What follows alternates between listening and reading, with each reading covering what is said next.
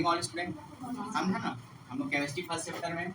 तो मेटर को हमने क्लासिफिकेशन कर किया था, जिसमें से हमारा कंपाउंड्स का टर्म छूटा हुआ। कंपाउंड्स मतलब है ना, कंपाउंड्स को टू टाइप्स में क्या किया गया है ना, पहला एक है ना, पहले ले लो चाहे इनऑर्गेनिक है ना, इनऑर्गेनिक को क्या बोलते हैं, ठीक है, अकार्बनिक, और एक ऑर्गेनिक, ठीक है, इसको हम बोलेंगे कार्बन।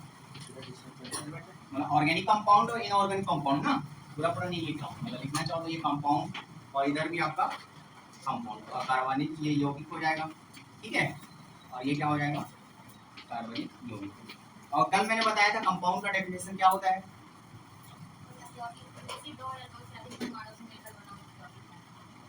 परमाणु से मिलकर बना होता है। देखो परमाणु से मिलकर क्या बनता है, तत्व, और तत्व से मिलके है ना, मतलब है ना, एटम से मिलके क्या बनेगा, एलिमेंट्स, और एलिमेंट से, ठीक है। तो कंपाउंड्स ये होता है, इसके टू टाइप्स होते हैं, इनऑर्गेनिक कंपाउंड और एक, तो इनऑर्गेनिक कंपाउंड क्या होता है, मतलब वे यौगिक जो कहाँ से मिलते हैं, हिंदी मीडियम वाले, तो चट्टानों और खनिजों से क्या होते हैं, प्राप्त होते हैं, निर्जीव है ना, निर्जीव स्रोतों से क्या होते हैं, प्राप्त होते हैं। जैसे इनऑर्गेनिक कंपाउंड में क्या क्या उदाहरण दिया गया है ना, एक नमक दिया गया है, मतलब ऐसे यौगिक जो चट्टानों और खनिजों और निर्जीव स्रोतों से प्राप्त होते हैं, ऐसे यौगिक को हम क्या बोलते हैं, अकार्बनिक यौगिक। चट्टान समझते हो ना, और निर्जीव मतलब नॉन लिविंग, हाँ, जिसमें हाँ, ऐसे स्रोतों से प्राप्त यौगिक को हम क्या बोलते हैं, अकार्बनिक यौगिक। अकार्बनिक यौगिक के कुछ कुछ उदाहरण दिए, जिप्सम एक आयर है ना, जिप्सम, जिप्सम क्या होता है, एक वर्ड है ना जिप्सम, प्लास्टर ऑफ पेरिस सुने, हाँ, तो इसी को ही बोला जाता है जिप्सम, ठीक है। और प्लास्टर ऑफ पेरिस का यूज क्या होता है, हाँ, वन को क्या करने के लिए, तो उसको क्या बोला जाता है, प्लास्टर ऑफ पेरिस या जिप्सम, ठीक है। तो कार्बनिक यौगिक समझ में आया कि नहीं आया, है ना, which compound are obtained from rock है ना, and minerals and non living, it's called inorganic compound, ठीक है, वो डेफिनेशन दिया हुआ है। तो कार्बनिक यौगिक समझ में आया, कार्बनिक यौगिक किसे कहेंगे, है ना, जो हाँ नेचर से मिलेगा और एनिमल से मिलेगा, ठीक है, एनिमल मतलब जंतुओं से, ठीक है। तो वे यौगिक जो है ना पादप एवं जंतुओं में उपस्थित होते हैं कार्बनिक यौगिक कहलाते हैं। जैसे देखो कार्बोहाइड्रेट, प्रोटीन, ऑयल, ये कहाँ से मिलता है, एनिमल एंड प्लांट से मिलता है ना। ऑयल होता है कि नहीं होता है हमारे शरीर में, हमारे बॉडी में, कार्बोहाइड्रेट, कार्बोहाइड्रेट होता है कि नहीं होता है, कार्बोहाइड्रेट का स्ट्रक्चर क्या होता है नहीं पता, बस पानी का पता है इसको, कार्बोहाइड्रेट का नहीं पता। तो ये टू टाइप्स के हैं, बस डेफिनेशन याद करना है, ठीक है, इनऑर्गेनिक कंपाउंड और ऑर्गेनिक कंपाउंड, ठीक है। तो इसके एग्जांपल में क्या हो जाएगा, कार्बोहाइड्रेट, ठीक है, और प्रोटीन, इसका एग्जांपल क्या हो जाएगा, कार्बोहाइड्रेट, प्रोटीन, प्रोटीन किसमें मिलता है, कुछ ऐसा खाने की चीजों में मिलता है ना प्रोटीन, कार्बोहाइड्रेट भी मिलता है, तो वही तो है हमारा। ऑर्गेनिक कंपाउंड मतलब हमारे बॉडी के बारे में ही बताया जाएगा, ठीक है। तो ये टू टाइप्स का तो हमारा मेटर क्लासिफिकेशन यहाँ पे क्या हुआ, कंप्लीट हो गया, ठीक है। यहाँ तक किसी को कुछ दिक्कत, ये तो बस थ्योरी है, इसमें कुछ नहीं समझना। अब मैं कल एक सवाल पूछा था, जैसे कंपाउंड्स का हमने डेफिनेशन देखा था, ठीक है, जैसे मैं बोला कि इट इज ए कंपाउंड या नॉट कंपाउंड, मतलब ये यौगिक है कि नहीं है ना, क्यों है, एक से ज्यादा नहीं, इसमें तो एलिमेंट है, एटम तो अलग है, एटम तो एक ही टाइप के होते हैं, ठीक है। ये एलिमेंट हुआ ना, एक एलिमेंट H दिख रहा है और एक एलिमेंट दिख रहा है ना, एटम तो नहीं दिख रहा है, अलग अलग टाइप के एटम्स भी बोल सकते हो, ठीक है, डिफरेंट टाइप ऑफ एटम्स, ठीक है। आप लोग आए हैं, समझ में आ रहा है नहीं आ रहा है, तत्वों के बारे में पता है, कितने तत्व होते हैं, नहीं, जो हमारे आवर्त सारणी में है ना, केमिस्ट्री के बुक में है ना, कितने तत्व होते हैं, हाँ, ये उसकी बात हो रही है ना, कहाँ तक याद है, तत्व और उनके परमाणु क्रमांक। देखो ये मेन केमिस्ट्री आप लोग का सब्जेक्ट है बायो वालों में, अब मैथ्स वालों के नहीं है। तो इट इज ए कंपाउंड या नॉट कंपाउंड? कंपाउंड। तो इसका एक फिक्स्ड रेशियो होता है। रेशियो मतलब मैं इसके पहले आपको क्या बता रहा था, संयोजकता निकालना बता रहा था, नहीं बता रहा था? संयोजकता या वैलेंसी, ठीक है। तो अब संयोजकता या वैलेंसी क्या होती है? देखो हाइड्रोजन की वैलेंसी कितनी होती है? जैसे ये देखो इस फॉर्म में रहता है, हाइड्रोजन जो है हाइड्रोजन फॉर्म में ही रहेगा, बट ऑक्सीजन जो है हमेशा O2 फॉर्म में रहेगा। ऑक्सीजन किस फॉर्म में रहेगा? वो सिंगल नहीं रहेगा, वो बहुत ही कम मात्रा में वो सिंगल रहता है तो रहता है, मतलब O के फॉर्म में वो बहुत ही कम रहेगा, हमेशा किस फॉर्म में रहेगा? तो ये दोनों है ना रिएक्शन करके क्या बनाते हैं? H2O। बट क्यों बनाते हैं इसको मैंने बताया था, याद है? भूल गए? हाँ, इसकी वैलेंसी या इसकी संयोजकता हाइड्रोजन की 1 तो होता है, बट कैसे होता है इधर बताओ तो। हाइड्रोजन का परमाणु क्रमांक 1। देखो थोड़ा संयोजकता निकालना या वैलेंसी निकालना बता दे रहा हूँ मैं, ये यहाँ तक समझ में आ गया? ये मेन इंपॉर्टेंट है, तभी समझ में आएगा ना आपको, नहीं तो नहीं आएगा। अब देखो कंपाउंड्स होते हैं, हमने अभी कंपाउंड्स ही देख रहे थे ना, तो कंपाउंड्स में एक चीज और बताना है। सपोज जो एलिमेंट्स होते हैं, एलिमेंट्स में कुछ चार्ज होते हैं, पता है? प्लस और माइनस और ये क्या होता है? नेगेटिव माइनस, तो वही हुआ। हाँ, और क्या होता है एक चार्ज? हाँ, न्यूट्रल या जीरो बोल सकते हो ना, मतलब गैस वाले के चार्ज क्या होता है? जीरो। जैसे नियॉन ले, नियॉन में इसका चार्ज कितना है? चार्ज मतलब आवेश, नियॉन का एटॉमिक या परमाणु क्रमांक कितना होता है? 10, ठीक है। ये इसका कितना होता है? 10। जब आपने 10th क्लास में पढ़ा होगा KLM MN फॉर्म पढ़े, इसी से अभी बता दे रहा हूँ, ठीक है। लेकिन हमको 11th में दूसरा पढ़ना, एक आकुबाऊ थ्योरी करके आएगा, ठीक है। पहले ये तो जान लो, उसको बताऊंगा ना, बताऊंगा समय आने को, पहले इसको जान लो। KLM में पढ़ा हुआ है ऑर्बिटल्स, तो इसको फिलअप करने का क्या होता है? 2 8 18, ठीक है। जब इसको हम क्या करेंगे, ऑर्बिटल में फिलअप करेंगे नियॉन को, तो ये 2 और 8 हो जाएगा।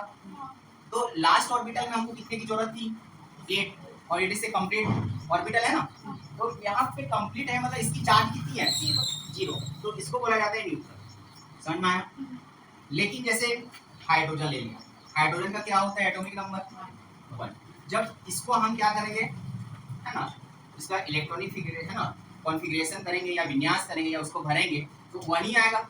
लेकिन यहाँ पे हमको कितने की जरूरत है? मतलब टोटल कितने की जरूरत है? 2 की जरूरत है ना, क्योंकि 2 8 8 या 18 होना चाहिए हमारे पूरे कक्षक में, कंप्लीटली 2 होना चाहिए या 8 होना चाहिए या 8 या 18 होना चाहिए। तो यहाँ पे 1 है, 1 की कमी हो रहा है, 1 की कमी हो रहा है ना, तो 1 की यदि 1 आ गया तो उसको प्लस में लिया जाएगा। तो हाइड्रोजन पे कौन सा चार्ज है? प्लस। मतलब यदि लास्ट ऑर्बिटल में जो फिलअप करना है, वहां पे मान लो 1 आ गया, 2 आ गया, है ना, 3 आ गया या 4 आ गया, तो 4 तो है, प्लस माइनस दोनों में आता है। 4 किस में आएगा? ये चीज समझ में आ रहा है क्या लिख रहा हूं मैं? मतलब उसके लास्ट ऑर्बिटल में जो इलेक्ट्रॉन भरने का जो क्रम है, यदि लास्ट वाले में जैसे मैंने लिया सोडियम ले लिया, सोडियम का कितना होता है एटॉमिक नंबर? 11। ये तो 1 आ जाएगा, ठीक है।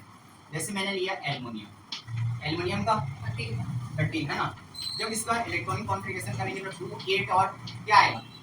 3 आ रहा है। तो 3 आ रहा है मतलब लास्ट वाले ऑर्बिटल में कितना आ रहा है? 3 आ रहा है। तो इस पे कौन सा चार्ज आ जाएगा? Direct plus 3 charge. कितना आ जाएगा? तो लास्ट ऑर्बिटल में देखना, यदि 1 2 और 3 हो तो उसमें प्लस चार्ज होगा, ठीक है। और यदि 4 हो तो दोनों हो सकता है, वो कुछ मैटर डिपेंड करता है, ठीक है। जैसे अब ले लिए क्लोरीन, क्लोरीन का एटॉमिक नंबर 17। इसका इलेक्ट्रॉनिक कॉन्फ़िगरेशन या विन्यास करेंगे तो क्या होगा? ये 2 8 और, तो इस कंडीशन में क्या करेंगे? हाँ देखो, ये अब कितना उसको जरूरत है, इसको कितना नीड है कंप्लीट करने के लिए? 1 है ना, तो वो क्या कर रहा है? लेना चाह रहा है, ले रहा है, तो उस कंडीशन में वो -1 लेना चाह रहा है, तभी तो कंप्लीट होगा। तो इसलिए इसकी चार्ज कितनी हो जाती है? -1। -1 नहीं लिखा जाता, बस ऐसे लिख दोगे, मतलब समझ आना है कि ये -1 ही चार्ज, तो इसको बोला जाता है चार्ज। समझ में आया कि नहीं आया? सबको क्लियर? मतलब जो एलिमेंट्स होते हैं उन पे कुछ चार्ज होते हैं। चार्ज कितने टाइप्स के होते हैं? प्लस, माइनस और न्यूट्रल। ये तीनों चीज मैंने बता दिया, समझ में आ गया? जैसे मैं बोलूंगा कैल्शियम पे कितना चार्ज होगा बताओ तो, करके बता लो, ऐसे नहीं आ रहा। नेगेटिव होगा, एक बार नेगेटिव कितना, नेगेटिव पॉजिटिव नहीं, नेगेटिव में कितना हो रहा है या पॉजिटिव में कितना हो रहा है, 1 हो रहा है या 2 हो रहा है, नंबर भी बताओ ना। पॉजिटिव में 288। आप लोग बताइए तो क्रोमियम का, ये आप लोग कैल्शियम का बताओ। हाँ आप लोग कैल्शियम, कैल्शियम का कितना आएगा चार्ज, 6 होता ही नहीं है, तो लेगा फिर। हाँ उसका कुछ रूल्स है, क्रोमियम का कुछ रूल्स होता है, ठीक है, उसको बाद में पढ़ेंगे, बट उसका इलेक्ट्रॉनिक कॉन्फ़िगरेशन करो ना, कितना आ रहा है 288 और 6, तो उसको माइनस में आ जाएगा, ले लेगा क्योंकि more than 4 to take two electron वो लेगा, ठीक है, तो उस कंडीशन में माइनस, और 1 to 4 आएगा तो उस कंडीशन में प्लस चार्ज, ठीक है। और कुछ आप वाव वाला थ्योरी पढ़ेंगे तो उसमें और क्लियर हो।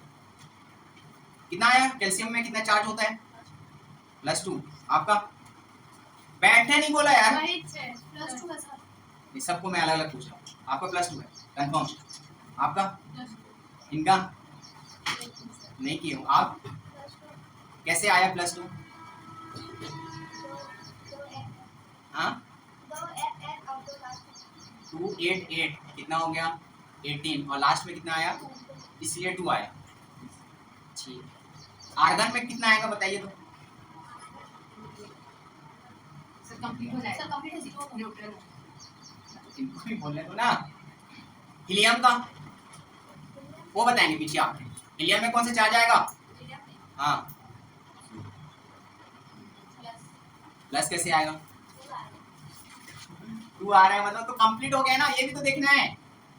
हीलियम का एटॉमिक नंबर कितना होता है, हीलियम में एटॉमिक नंबर होता है 2, लेकिन उसको 2 करेंगे तो ये तो कंप्लीट हो ही गया, कुछ बच रहा है क्या, ना कम या कुछ ज्यादा बच रहा है, तो ये न्यूट्रल हो गया ना, तो इसी पे तो 0 हो जाना चाहिए, 0 होगा ना, तो 2 कैसे होगा, यदि वो कम ज्यादा, लास्ट वाले में देखते हैं यदि इनकम्प्लीट या मोर देन हो, तब की कंडीशन में देखा जाए, तो ये चार्ज समझ में आया कि नहीं आ रहा है। जिंक का, चलो जिंक का आप बताओ, 8 मिस करना है, 80 नहीं करना है, नहीं मैं पूछ रहा हूँ आपसे, 80 नहीं करना है, 288 ही करना है। देखो ये तो इस कंडीशन में करना है कि यदि ए मान लो स्मॉल डिजिट हो, तब की कंडीशन में 8 2 टाइम्स लेना है, लेकिन आपको ग्रेटर नंबर है तो 18 यहाँ पे यूज कर लो, 32 इधर यूज कर लेते हैं, 12 कैसे आएगा यार, हाँ जिंक पे -2 होता है, कैसे 12 कैसे आएगा एकदम, वैलेंसी तब ज्यादा नहीं आता है, वैलेंसी आपका 1 से लेके 4 तक ही आएगा, चाहे माइनस हो या नेगेटिव, है ना, पॉजिटिव नेगेटिव ओनली फॉर 4, 12 नहीं होता है।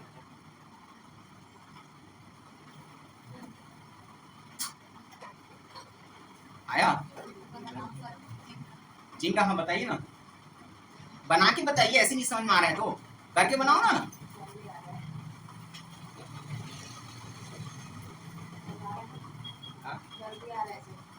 कैसे किया आपने 12 आया,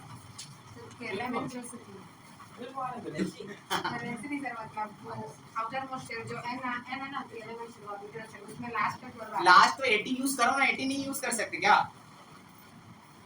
18 आपको तो बोला मैंने 18 यूज कर सकते हो करके, देखो वैलेंसी आपका 1 to 4 तक होता है ओनली, बट पॉजिटिव हो या नेगेटिव, -6 भी आ गया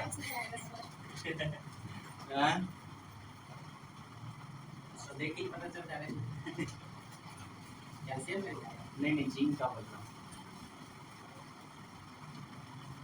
बताओ सर, -2 आएगा, -2 कैसे आएगा,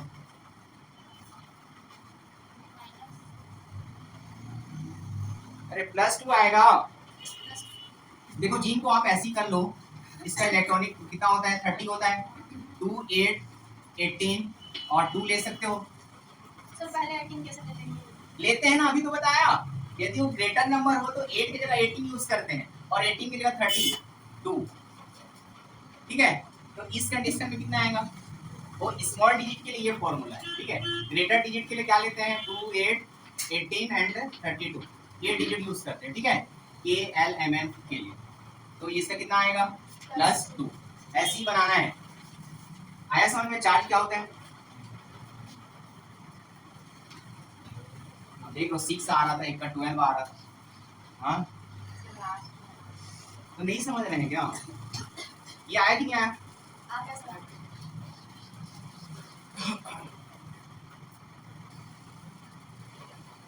तो सपोज है ना, जो एलिमेंट है यदि उसका चार्ज जो है क्या हो, पॉजिटिव हो, उसका चार्ज क्या हो, और एक कौन सा हो, नेगेटिव, और एक कौन सा हो, नेगेटिव। तो ऐसे एलिमेंट्स से जो कंपाउंड बनता है, मतलब एक प्लस वाले चार्ज से और एक माइनस वाला, जैसे प्लस वाला चार्ज एलिमेंट कौन सा है, सोडियम है कि नहीं है, मतलब इसमें प्लस चार्ज होता है ना, और माइनस वाला चार्ज एलिमेंट कौन सा है, क्लोरीन।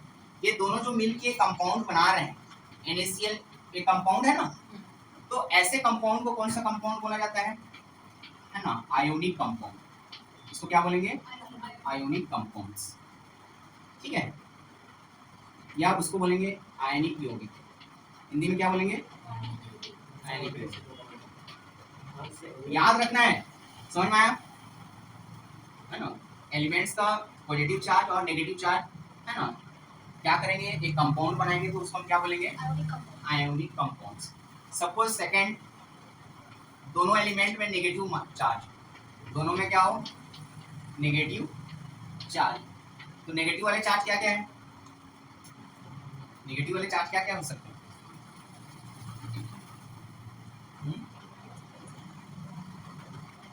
नेगेटिव किसके, कौन कौन से एलिमेंट का चार्ज नेगेटिव होता है, ये हमको चेक करना है। चलो ठीक है, अभी नहीं समझ में आ रहा। ये क्लोरीन है, ये क्लोरीन, दोनों मिलके क्या बनाएंगे, डाइक्लोराइड बनाएंगे, ठीक है। ये बनेगा कि नहीं बनेगा, और इट इज ए कंपाउंड या नॉट कंपाउंड, कल बताया था। हाँ, एलिमेंट्स कितना होना चाहिए, मोर देन 2 है ना, होना चाहिए, ठीक है, 2 या मोर देन 2, ठीक है, 2 या मोर देन 2 इट्स कॉल्ड है ना कंपाउंड्स। तो इसको ऐसे कंपाउंड को क्या बोला जाता है, कोवैलेंट कंपाउंड। क्या बोला जाता है, कोवैलेंट, कोवैलेंट कंपाउंड्स। हाँ, हिंदी में क्या बोलेंगे इसको, सहसंयोजी, पता है ये, हाँ हाँ, सहसंयोजी यौगिक पता है क्या। तो ये पूछा जाता है, इंपॉर्टेंट है, आयनिक यौगिक किससे कहते हैं और सहसंयोजी यौगिक किससे कहते हैं। समझ में आ रहा है कि नहीं आ रहा है। उसके बाद मान लो थर्ड होता है, ठीक है, जैसे एक पॉजिटिव चार्ज है ना, किसमें पॉजिटिव चार्ज, मतलब इसका मीन्स पॉजिटिव चार्ज किसमें है, मैं पूरा तो लिखा नहीं, एलिमेंट्स में पॉजिटिव चार्ज बता रहा हूँ ना, और एक एलिमेंट्स मान लो क्या हो, उसका चार्ज न्यूट्रल हो या जीरो, उसका चार्ज क्या हो, न्यूट्रल या जीरो। इस कंडीशन में जो कंपाउंड बनेगा उसको क्या बोलेंगे, हाँ देखो इस कंडीशन में कोई कंपाउंड नहीं बनता है, नो रिएक्शन होता है, ठीक है, क्या होता है, कोई अभिक्रिया इसमें नहीं होती, ठीक है। जैसे आपको क्वेश्चन ही बोल दिया गया, जैसे सोडियम और नियॉन आपस में अभिक्रिया करके क्या बनाते हैं, तो ये दोनों को है ना कोई अभिक्रिया नहीं करते, ये दोनों रिएक्शन ही नहीं करते। क्यों नहीं करेंगे, क्योंकि सोडियम में प्लस चार्ज है और नियॉन आपका जीरो है, जीरो वाला चार्ज है ना, इसलिए ये नो रिएक्शन, कोई अभिक्रिया नहीं करेगा। चाहे माइनस भी ले लो तो नहीं करेगा, चाहे इधर माइनस ले लो नेगेटिव चार्ज और एक आपका न्यूट्रल ले लो, तो ये भी क्या करेगा, नो रिएक्शन, कोई रिएक्शन नहीं करेगा। बस कौन कौन सा रिएक्शन करते हैं, एक प्लस माइनस वाला या माइनस प्लस वाला, इसको अरेंज कर सकते हो ना आगे पीछे, तो उसको हम क्या बोलेंगे, आयोनिक कंपाउंड या आयनिक यौगिक। और इसको हम क्या, नेगेटिव नेगेटिव भी क्या कर सकते हैं, रिएक्शन कर सकते हैं, उसको हम क्या बोलेंगे, कोवैलेंट या सहसंयोजी यौगिक, ठीक है। और एक प्लस और एक जीरो वाला नहीं करता है कोई अभिक्रिया, याद रखना है, और एक माइनस और एक जीरो वाला भी कोई अभिक्रिया नहीं करेगा। समझ में आया, ठीक है। आज के क्लास के लिए इतना, पॉजिटिव पॉजिटिव भी कोई रिएक्शन नहीं करेगा, ठीक है।